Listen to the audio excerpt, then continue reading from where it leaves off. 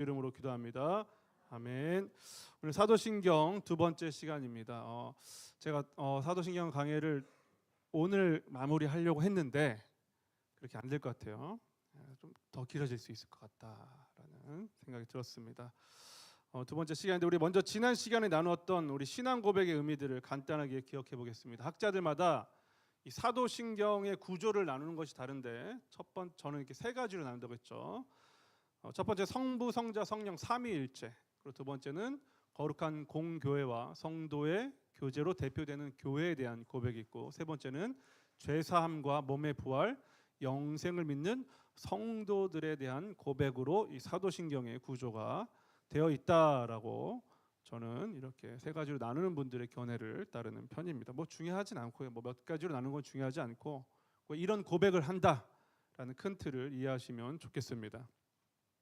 우리 지난 시간에 성부, 성자, 성령 삼위일중의 성자의 고난까지만 이야기를 드렸습니다. 먼저 성부는 전능하신 분이시다.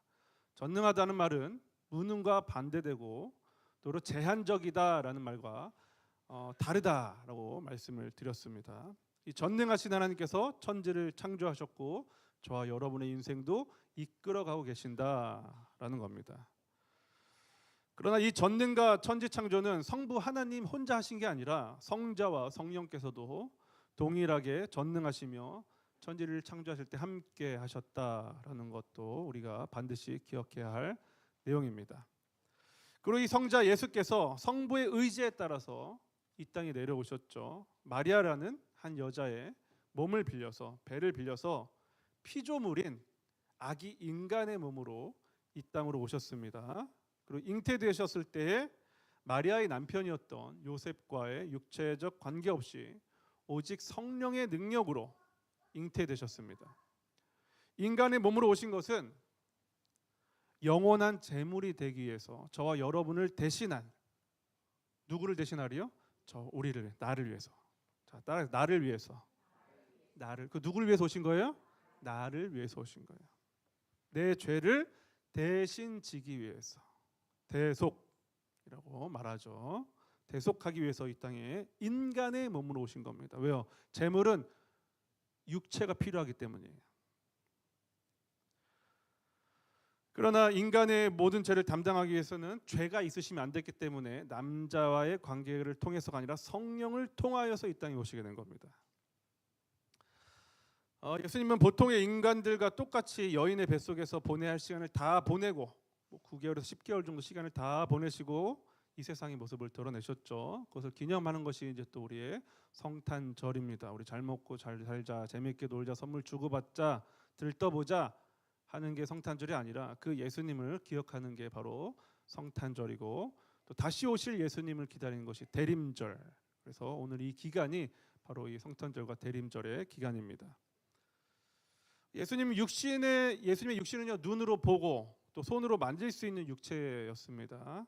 그 성자 예수님께서 때가 되어서 본디오 빌라도라는 총독에게 억지 재판을 당하시고 그 과정에서 여러 육체적 고통도 당하셨습니다. 채찍이 예수님의 몸에 내려치면 피가 흘러나왔습니다. 맞으면 아프셨습니다. 채찍 끝에 걸린 갈고리의 살점이 떨어져 나가기도 했고 뼈가 꺾어지기도 하셨습니다. 예수님이 이런 고통을 당하셨느냐? 저 여러분과 같이 인간의 똑같은 인간의 몸을 입으셨기 때문입니다. 그 채찍, 그 매, 모욕, 조롱 저와 여러분이 당하셔야 하는 겁니다. 그러나 예수님께서 대신 지신 겁니다. 그리고 그 모든 고통이 끝날 즈음에 십자가의 두 죄인과 함께 나무에 매달리셨죠. 십자가는 저주의 상징입니다. 어떤 찬양 가사대로 인간을 지은 하나님이 인간 손에 죽음을 당하신 거예요. 이 죽음은 그냥 소멸되는 죽음과는 전혀 다른 죽음입니다. 인류의 모든 죄를 하리라고 할 때 여러분은 속합니까? 안 속합니까? 나는 여기에 속합니다라고 고백하는 사람에게 구원이 있는 거예요. 나는 아닙니다라고 하는 사람은 구원이 없다 이거예요. 그래서 하나님께서는 그 순종과 대속의 죽음을 받으시고 부활과 영생으로 응답하셨습니다. 그 영생은 예수님 한 분의 영생으로 끝나지 않고, 예수님의 부활은 예수님 혼자만의 부활로 끝나지 않고, 그 부활을 믿는 저 여러분에게도 동일하게 일어난다는 것을 여러분 믿으시기 바랍니다.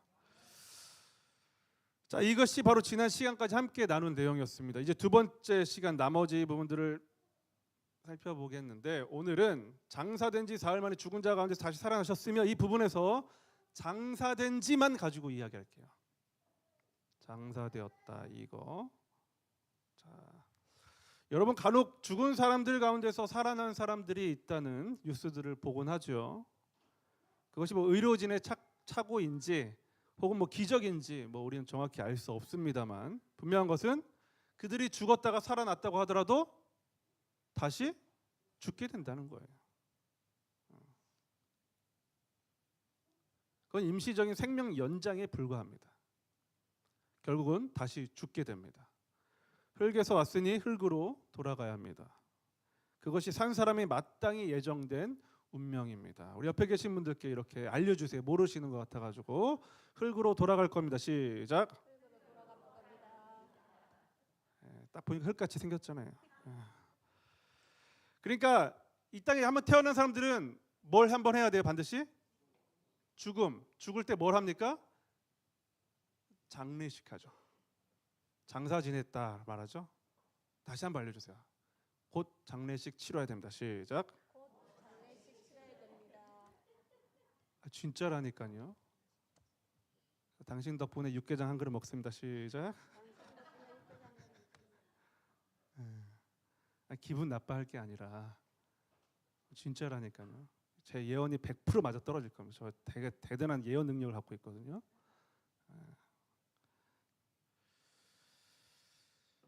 여러분, 이 장례식을 치러야지, 그렇죠? 장사를 지내야지 일반적인 죽음의 경우 죽은 사실이 공적으로 인정이 됩니다. 그렇죠? 일반적인 죽음의 경우. 여기서 장사된 지 사흘 만에 해서 장사된 지라는 말을 우리가 한번 유익 있게 봐야 되는 거예요. 교회를 좀 다녀본 분들은 뭐 예수님이 뭐 죽으신 거 뭐 당연한 건데 뭐 그게 뭐 중요한 거냐, 그냥 아무 생각 없이 넘기셨을 거란 말이죠. 장사된 지 이 말이 있었나라고 싶을 정도로 아마 넘어가셨을 거예요. 그러나 여러분 이 말 아셔야 됩니다. 이 말 한마디가 이단들이 이 기독교 역사상 2000여 년 동안에 가장 이단들이 많이 걸고 넘어진 부분이 바로 이 부분이라는 거예요. 여러분, 왜 사도신경에서 그냥 예수님께서 죽으시고 부활하셨다라고 말해도 충분히 의미 전달이 되는데 굳이 장사된 지 사흘 만에 3일 만에라고 이 말을 삽입을 했느냐 이겁니다. 이러한 삽입 의도에 대해서 이 하이델베르크 요리문답 41문이 거기에 대한 대답을 하는데요. 자, 우리 41문, 그리스도는 왜 장사되셨습니까? 라는 대답을 한번 같이 한번 읽어볼게요. 시작. 그리스도의 장사 되심은 그가 진정으로 죽으셨음을 확증합니다. 예수님께서 장례식 치른 것은 예수님께서 진짜로 죽었다는 걸 증명한다는 거예요. 그러니까 이단들은 예수님 진짜로 안 죽었다라고 말하고, 어떤 이단들은 예수님 아예 육체가 없으셨다라고 말하기도 했다는 겁니다. 아주 오랜 세월 동안 반복되어서 이단들이 걸었던 시비의 내용이에요. 여러분, 여기서 말하는 장사는요, 곧 장례 절차는 사람이 사망했다는 것을 확인하고, 그렇죠? 그 다음에 시체를 닦고 쳐봐서 몸이 움직이는지 않은지, 코에 손 대봐서, 심장에 손 대봐서 숨을 쉬는지 안 쉬는지, 맥박이 뛰는지 안 뛰는지 확인한 후에 천에 싸서 관에 넣고 무덤에 놓는 모든 과정을 장례라고 이야기하죠. 그렇죠? 즉 이 말은 예수님께서 인간의 몸으로 완전하게 숨통이 끊어졌다는 것을 의미합니다. 기독교 역사에서 가장 많이 공격당한 부분이 이 부분이기 때문에 여러분 다 주목해야 한다고요. 실제로 최근에도 이런 일들이 있었는데, 어떤 사람들은 예수님께서 진짜로 죽은 게 아니라 잠깐 기절했다가 많이 두들겨 맞으셔가지고 채찍당하시고 고통당하셔가지고 혼수 상태 빠지셨다가 기절했다가 살아나신 거다. 그래서 사람들이 와서 그 상처난 고장난 몸을 회복시키셨고, 그 이후에 막달라 마리아라는 여자와 결혼해서 아이를 낳고 사셨고, 그 후손들이 지금도 있다. 라는 주장을 지금도 한다 이거예요. 그리고 자녀들이, 그 자손들이 프랑스에 있다, 중국에 있다, 일본에 있다, 한국에는 내가 그 사람이다 하는 사람도 있고, 예, 있다 이 말입니다. 예, 통화는 나중에 하셔도 되겠습니다. 예. 우리 주님께서 전화로 이렇게 예배 시간에 이렇게 말씀하지 않으시거든요. 목사를 통해서 말씀하십니다. 그러니까 주님 잠깐만요, 이거 하실 필요 없어요. 여러분 성경을 보면요, 의외로 예수님의 죽음과 예수님 죽으신 다음에 부활하신 그 사이에 이 장사 지내는 과정을 꽤 자세하게 기록합니다. 분량이 많아요. 의외로 부활보다 더 많아요. 분량이 어떻게 보면. 여러분 예수님의 시체를 처리한 사람이 있습니다. 누굽니까? 아리마대 사람 요셉이라는 사람이에요. 그런 예수님을 잡아 죽이는데 큰 역할을 했던, 당시 심판을 했던, 억지 주장을 했던 이 사내들은 공회원이었습니다. 지금으로 치면은 국회의원, 판사에 해당하던 그 집단의 한 회원이었어요. 그러니까 굉장히 권력을 가진 사람이죠. 그런데 당시에는 십자가에서 죽은 이 시체들을 가족들에게도 잘 넘겨주지 않았다고 해요. 기록에 의하면은. 그런데 이 사내들이온 공회 회원이었던 이 아리마대 사람 요셉이 예수님의 시체를 직접 회수해 갑니다. 자신들의 동료들이 심판하여서 사형 판결을 내린 사람의 시체를 찾아간다는 것은 예수님과 한편이라는 것을 공개적으로 고백하는 거예요. 시체 주세요라는 말은 내가 이와 같은 편입니다라고 고백하는 거라고요. 굉장한 신앙 고백입니다. 예수님이 죽으셨잖아요, 그렇죠? 이 죽은 시체를 내가 맡겠다는 건 뭐냐면 내가 예수님과 함께 죽겠습니다라는 뜻이라고요. 결국 이 아리마대 사람 요셉은 당시 총독이었던 빌라도에게 가서 예수님의 시체를 달라고 요청합니다. 그러니까 빌라도라는 한 실제 인물이 성경에 기록됐고 그 시체를 수습하는 과정까지도 기록되었다는 것은 이것이 역사적으로 거짓말이 아니라 사실이라는 것을 증명하기 위해서 이 기록들이 기록되었다 이겁니다. 빌라도는 예수님의 죽음을 확인한 후에 시체를 내어줍니다. 그리고 요셉은 깨끗한 세마포로 시신을 싸서 새 무덤에 예수님의 시신을 안치합니다. 이때 같은 사내들이온 공의원이었던 이 니고데모라는 사람도 몰약과 침량을 가져와서 예수님의 시신에 바릅니다. 몰약과 침량을 시신에 바르는 거예요. 그냥 하는 게 아니라 완전히 죽었다는 것을 증명하는 이 그림들이에요. 이후에 막달라 마리아를 비롯한 여성들이 이 무덤 위치와 장례 과정을 지켜보죠. 여러분 예수님께서 죽었다는 사실을 한 사람이 고백하고 증언하는 게 아니라 여러 사람들이 증언하고 있어요. 당시 총독 빌라도와 예수님을 죽이는데 최종 결정을 한 이 빌라도 총독과 그 곁에 있는 사람들이 모두 확인했다는 것을 의도적으로 성경이 기록하고 있는 겁니다. 그러니까 예수님께서 어설프게 죽으신 게 아니라 확실하게 죽으셨다는 거예요. 그리고 3일 만에 부활하셔서 제자들에게 나타나셨는데 이 사실을 눈으로 보고도 제자들이 믿지 못하죠. 그래서 그 중에 하나였던 의심 많았던 도마가 믿지 못하니까 예수님께 뭐라고 그러셔요? 옆구리에 손 찔러봐라. 창자국 여기 있잖아요. 찔러봐라. 나 진짜 죽었었다. 그래서 살아난 거다. 하고 찔러보라고 제안을 하시죠. 여러분 부활을 하려면은 어떻게 돼야 될까요? 뭐 먼저 해야 될까요? 죽어야 됩니다. 어설프게 죽으면 될까요? 안 될까요? 완전하게 죽어야 돼요. 장사까지 지내야 합니다. 여러분 옆에 계신 분께 다시 한번 알려주세요. 자 옆에 다시 한번 죽어야 부활합니다. 다시 한번 죽어야 부활합니다. 벌써 부활할 생각하니까 벌써 기분이 좋으셔가지고 그렇죠? 예, 이게 우리 천국 소망입니다. 여러분 그래서 기독교인들에게 죽음은 마냥 슬픈 일이 아닙니다. 누구든지 다 죽는단 말이에요. 갑자기 정 목사가 죽어도 슬퍼하지 말라 이거예요. 잘 갔구나. 먼저 갔구나. 부럽다. 이렇게 생각하셔야지. 웃자노 이렇게 생각하시면 안 돼요. 남겨진 아내와 자식들은 어떻게 하나 이렇게 생각하실 게 아니라 이거예요. 잘 갔다. 부러워하셔야 돼요.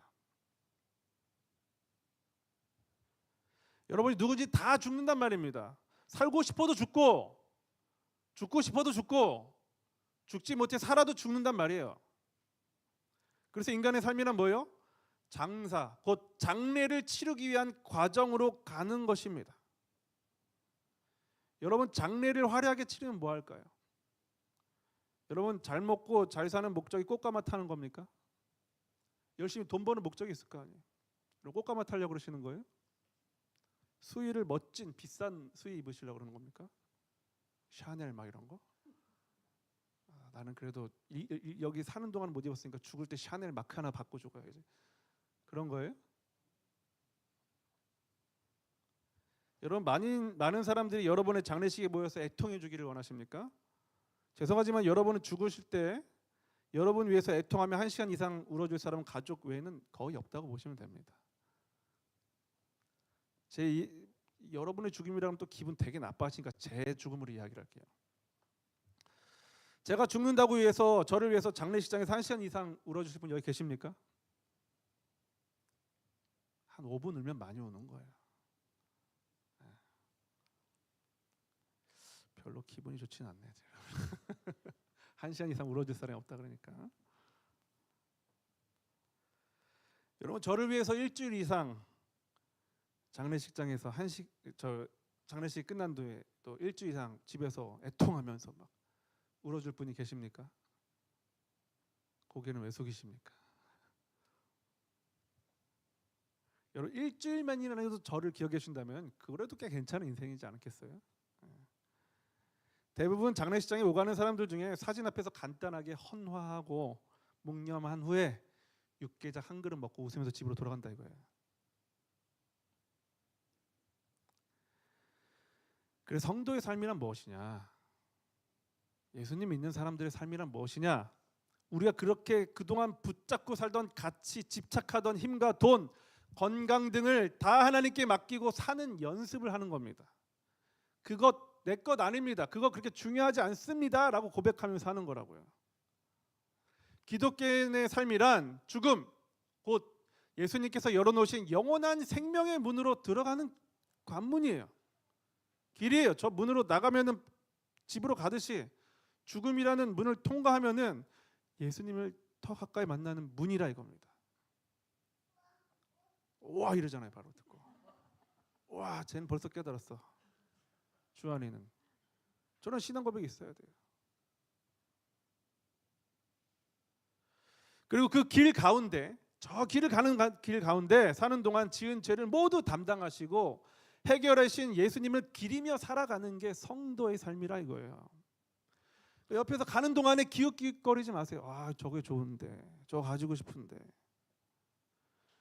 그래서 어떤 목사님이 이런 말씀을 하시더라고요. 성도의 삶이란 믿음으로 살다가 예수님처럼 실컷 두들겨 맞고 예수님께 가는 거라고. 여러분 실컷 두들겨 맞으셔야 됩니다. 기분 나쁘십니까? 예수님 맞으셨어요. 우리도 맞고 가는 거예요. 여기 맞고 여기 맞고. 그래서 교회라는 것은 이러한 가치, 이 땅에서 실컷 두들겨 맞고 살다가 예수님께로 가기로 한 사람들의 그렇게 결단한 사람들의 모임입니다. 그렇기 때문에 이 땅의 것을 하나라도 더 가지기 위해서 주님께 요청하는 것이 아니라 예수님께로 가는 길, 우리가 집착하고 소망하는 것들을 하나둘 내려놓으면서 가는 거예요. 여러분이 가지고 있는 좋은 옷, 비싼 옷 장례식 할 때 못 입습니다. 여러분 장례식 치를 때 메이크업 없습니다. 제가 인터넷 검색해서 샤넬 수에 있는지 검색해도 안 나오더라고요. 없어요.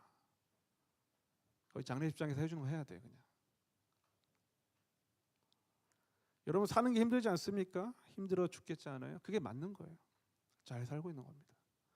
하나님이 괜히 고통을 주신다기보다 썩어 없어질 것에 매달려 있던 우리를 영원한 생명으로 옮기시는 과정이에요. 여러분 힘들어야지 뭐가 생각나요? 누가 생각나요? 예수님 생각난다 이거예요. 고통스러워야지. 이 땅에서 소망이 없어야지 영생을 생각한다 이겁니다. 여러분 하나님께서 우리의 삶에 오셔서 사탄과 싸우시죠. 그렇죠? 우리 영적 전쟁이라고 하는데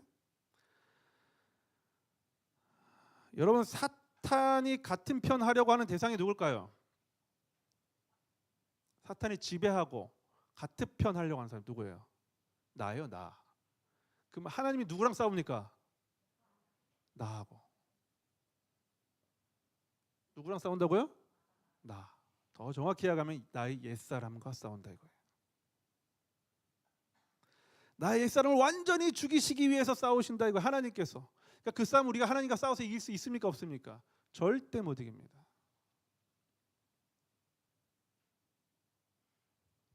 사탄의 종노릇하던 옛사람, 그러니까 하나님이 내 인생에 들어오시면은 괴로운 거예요. 내 생각, 내 습관, 내가 가지고 있던 가치관, 취미, 경험 이 모든 것이 하나둘 예수님께서 들어오신 박살이 나니까 힘든 게 맞습니다. 힘들어야 하는 게 맞아요. 그게 바로 세상에 대하여서 죽어가는 겁니다. 그게 장래를 향해 가는 저와 여러분 신자의 삶이라 이거예요. 여러분 로마서 6장 4절 말씀을 같이 한번 읽어볼게요. 로마서 6장 4절입니다. 시작. 그러므로 우리가 그의 죽으심과 합하여 세례를 받음으로 그와 함께 장사되었나니. 예, 보세요. 그와 함께 뭐 되었다고요? 장사되었다고요. 예수님께서 장사되실 때 저와 여러분도 뭐 된 거예요? 장사됐다. 장례식을 치렀다 이겁니다. 장례식을 치른 사람이 완전히 죽어야 되잖아요. 관뚜껑 열고 나오면 됩니까 안 됩니까? 안 된다니까요. 장례를 치른 거예요. 저와 여러분은 예수님과 함께 믿었다면은. 그러니까 장례 치른 사람이 세상의 것들 보고 막 탐냅니까? 탐내요? 안 내요. 장례 이후의 것을 탐내죠. 장례 이전의 것은 탐내지 않습니다. 갈 곳이 정해져 있으니까. 그게 바로 예수님의 죽음이 우리의 삶 속에서 실제로 나타난다 이겁니다. 그리고 부활도 실제로 나타나고요. 이걸 무엇으로 확인하냐는 거예요? 말씀으로 계속 확인하는 겁니다. 말씀으로. 갈라디아서 5장 24절 한번 볼게요. 성도들은 또한 어떻게 살아야 하는지. 시작. 그리스도 예수의 사람들은 육체와 함께 그 정욕과 탐심을 십자가에 못 박았느니라. 여러분 못 박는 이유가 뭐예요? 못 박는 이유가 뭐예요? 못 움직이게 하려고 못 나오게 하려고 못 박는 겁니다. 뭘 못 박고 있어요 지금? 정욕과 탐심을 못 박는다고요. 그럼 우리는 자꾸 뭐 하려고 그래요? 못을 빼달라고 하는 게 기도하죠. 하나님 못 좀 빼주십시오. 하나님 못 받고 계신 분이 누구예요? 하나님이시라니까요. 우리는 기도할 때 그렇게 기도하는 거예요. 하나님 못 좀 빼주세요. 하나님 힘들어 죽겠어요. 내 정욕과 탐심 아시죠? 나 이거 없으면 지금 죽을 것 같습니다. 이 문제 해결되지 않으면 죽을 것 같다고요. 이거 빨리 해결해 주세요. 이게 우리 기도 제목들이잖아요. 그리스도 예수의 사람들은 오히려 이렇게 기도해야죠. 하나님 제가 이 문제 해결이 안 돼서 스트레스 받아서 암 걸려 죽을 것 같고 저 그런데 이 문제 해결 안 돼도 그거 없어도 예수님 한 분만으로 만족할 수 있는 사람으로 살게 해주세요라고 기도하는 거예요. 그러한 우리의 욕망이 있음을 인정하고 근데 그 내가 욕망이 이루어지지 못할 것 같아서 죽을 것 같은 게 아니라 그 욕망을 완벽하게 못 박아달라고 기도를 하셔야 된다 이거예요. 우리의 기도가 이 못을 떼달라고 하는 장도리를 요하면 안 돼요. 이게 바로 육체와 함께 그 정욕과 탐심을 십자가에 못 박고 사는 사람, 곧 예수 그리스도와 장사를 치른 사람입니다. 우리가 이렇게 옛사람을 장사 지을 수 있는 이유는 예수님께서 먼저 우리 죄를 안고 장례를 치르셨기 때문이에요. 장사된 지란 말은 아주 중요한 의미가 있습니다. 지금은 주님 품에 계신 온누리교회 올레오 목사님이셨던 우리 올레오 목사님이시죠. 하용조 목사님께서 살아생전에 이런 말씀을 하시더라고요. 이분이 20대부터 40년 넘게 투병을 하셨습니다. 65세에 소천하셨는데 결에 걸려서 간염, 간경화, 간암을 앓고 7차례 간암 수술을 하시고 30년 넘게 당뇨를 앓고 신부전으로 투석을 매주 3회씩 5년 넘게 받으셨어요. 그런데 이렇게 고백하는 거예요. 이러한 질병이 자신을 사로잡지 못했다고. 그러니까 이러한 것들이 부족한 육체, 아픈 육체 때문에 하나님 뜻대로 사는데 아무런 걸림돌이 되지 않았다고 고백하더라고요. 그러니까 내가 가지지 못한 것 때문에 내가 없는 것 때문에 하나님을 섬기는데 아무런 문제가 되지 않는다는 겁니다. 근데 우리는 어떻게 기도해요? 하나님 이거 없어서 내가 하나님 못 믿겠어요. 이거 주셔야지 내가 하나님 더 잘 믿을 수 있을 것 같아요. 여러분, 세상의 것들은 우리의 사랑의 대상도 아니고 또 우리가 하나님을 사랑하게 하는 데 있어서 걸림돌도 되지 못합니다. 여러분, 돈 없어서 예수님 못 믿습니까? 얼마 전에도 제가 이제 전도하면서 우리 권사님하고 말씀을 나눴는데, 권사님 전도하시면서 그런 사람 많이 만난다는 거예요. 헌금 할 돈이 없어서 교회 못 나오시는 분들이 많다는 거예요. 여러분, 헌금 안 해도 예수님 사랑하는데 아무 문제 없어요. 헌금 안 하셔도 돼요. 예수님 그만큼 못 믿으시겠거든. 안 하셔도 괜찮습니다. 하지 말아라가 아니라 그것이 걸림돌이 될 것 같으면 하지 않으셔도 괜찮다 이거예요. 왜요? 주님께서는 마음을 보시기 때문에 그런 거예요. 여러분, 우리가 잘 알고 있는 아이폰을 만든 애플사의 스티브 잡스 아시죠? 스티브 잡스라는 사람이 억만장자로 세계적인 부자였습니다. 세계적인 부자. 지금은 죽었지만, 그런데 이 사람이 23살 때 정식으로 결혼하기 전에 낳은 딸이 있습니다. 그런데 나중에 이 딸의 존재를 확인하고 부정해요. 그리고 자신의 재산도 물려주지 않는데, 심지어 아버지한테 가서 난방비가 없어서 도움을 요청했을 때도 이 난방비를 비롯한 양육비 자체를 일절 주지 않았다고 합니다. 억만장자인데 그 난방비 얼마나 한다고. 그리고 두 번째 결혼한 아내에게 대부분의 유산을 물려줬는데요. 여러분, 비밀인데요. 비밀인데 어디 가서 말씀하시면 안 됩니다. 장례식장에서 한 푼도 스티브 잡스가 한 푼도 가져가 가지 못했습니다.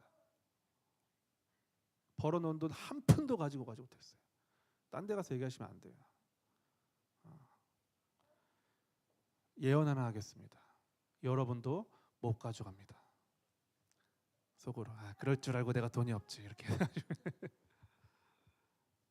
여러분, 우리가 그렇게 이 스티브 잡스가 그렇게 집착하던, 딸에게까지 주고 싶어하지 않던, 그렇게 집착하던 돈, 그리고 자기 부끄러웠던 그 과거의 그 모습, 그래서 자기 명예가 실추될까봐 막 두려워 덜덜 떨던 그 모습 다 아무것도 아니게 된 거. 뭘 어떨 때요? 장례식 때 아무것도 아닌 거예요. 여러분, 이건 비참한 거 아닙니까? 비참한 거. 굉장히 열심히 살았고 매정하다고 할 정도로 돈과 명예를 추구했지만 아무것도 아니게 됐다고요. 비참하잖아요. 예수님께서 우리 그리스도인들이 이런 비참한 장례를 맞이하지 않으시도록 먼저 장사되셨고, 그 장례를 따라서 이 땅에서 우리는 이 장례의 삶을 예비하면서 사는 거예요. 뭘 소망하면서? 영원한 것을 소망하면서. 부자 부러워하지 마세요. 건강한 사람 부러워하지 마세요. 왜요? 그 사람들이 갖지 못한 것 있잖아요. 우리한테 영생에 대한 소망. 예수님께서 이뤄놓으신 그 영생에 대한 소망이, 여러분, 영생과 천억과 바꾸시겠습니까? 미련한 사람이에요. 그건 바보라고, 바보. 여러분, 애들이 놀릴 때 뭐 바보래요 바보래요 하잖아요. 되게 열심히 살아가요. 바보 되려고. 장례식장에 장례식장에 그 노래를 불러줘요. 바보래요 바보래요 바보래요. 열심히 살다가 한 푼도 못 가지고 간 바보래요.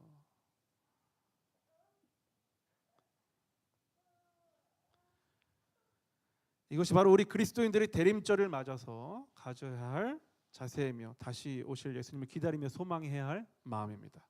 그래서 세상을 향한 집착과 소망을 하나씩 내려놓으실 때마다 살이 찢어지고 뼈가 부서지는 고통과 같은 것이 있는 것은 우리 삶에 당연한 겁니다. 그러나 그 시간을 잘 견디면서 우리에게 반드시 끝이 있다는 것과 그 끝 이후에는 두 팔 벌려서 우리를 환영하신 예수님이 계시다는 사실을 믿으면서 살아가셔야 합니다. 여러분, 우리가 그때 호적이 바뀌어요. 지금은 대한민국 경상남도 거제시 어쩌고저쩌고 이렇게 되어 있지만 장례를 탁 치르고 나면 딱 천국과 지옥 둘 중에 하나로 바뀝니다. 주소지가. 여기 나는 천국 가는데 저기 우리 성도님 중에 지옥 갔으면 얼마나 슬퍼요.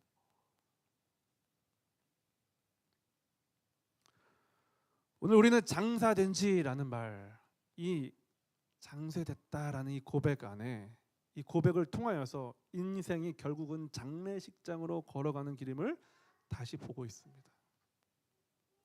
잘 먹고 잘 입고 조금 더 가지려고 애를 써도 결국 우리의 인생 끝은 관 속에 누웠다가 뜨거운 불에 타고 기계가 쿵쿵 찢어대는 그 기계 속에서 뼈가루가 가루가 돼서 한 줌 죄가 날아갈 겁니다.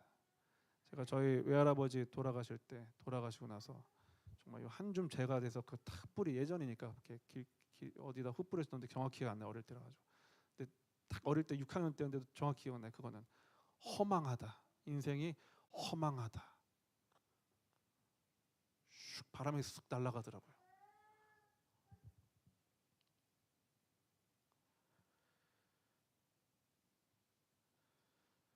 그런데 예수님께서는 그러한 우리의 비참한 장사를 두지 않으시라고 우리보다 먼저 이 땅에 오신 걸 기억하십시오. 사람의 몸을 입고 오셨고 실제로 피 흘리시고 실제로 숨이 끊으셨고 실제로 무덤에 들어가셨습니다. 그래서 대림절은 단지 아기 예수님이 태어나셔서 좋다 하고 우리끼리 하하호하는 시간이 아니라 나의 어떠함, 지금 나의 상태를 이 절망적인 상태, 열심히 살다가 지옥 갈 인생들을 구원하기 위해서 예수님께서 먼저 오신 날이라는 것을 여러분 기억하고 기념하시고 감사하셔야 되는 겁니다. 그래서 오늘 우리는 찬양을 할 건데요. 저들밖에 한밤중에라는 찬양을 하게 될 거예요. 그래서 아기 예수님 오심을 기억하시면서 그분이 나를 구원의 길로 인도하시는구나. 내가 지금 집착하던 것은 무엇인가? 내가 이 땅에 살면서 놓고 갈 것은 무엇인가? 장례식 때 필요 없는 것은 무엇인가? 한번 잘 생각하시면서 우리를 위하여서 또 이 땅에 와주신 우리 아기 예수님을 기억하면서 함께 저들밖에 한밤중에 찬양하겠습니다.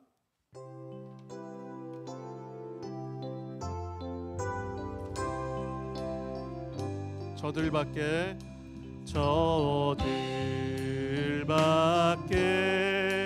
한밤중에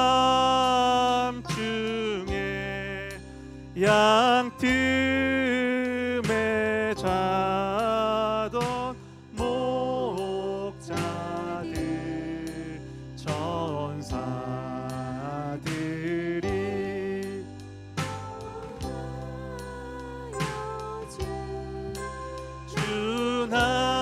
준하신 노엘, 이 노엘이란 말은 성탄절이라는 프랑스어예요. 노엘 노엘 노엘 노엘 이스라엘 왕이 나셔. 그 저동방에 별 하나가 이상한 빛을 비추어 이 땅 위에 큰 영광이 나타나. 이 큰 영광의 시간에 저와 여러분을 초대하시는 겁니다. 노엘 노엘 노엘 노엘 노엘 노엘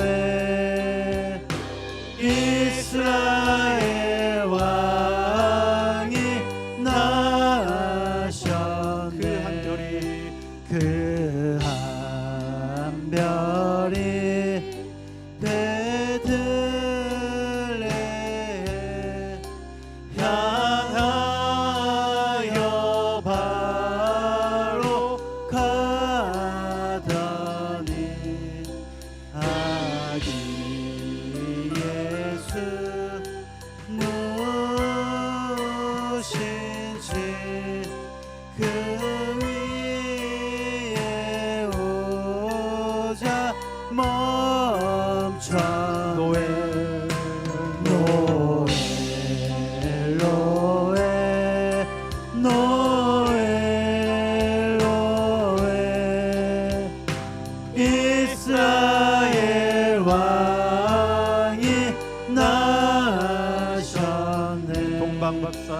저 동방에 박사들이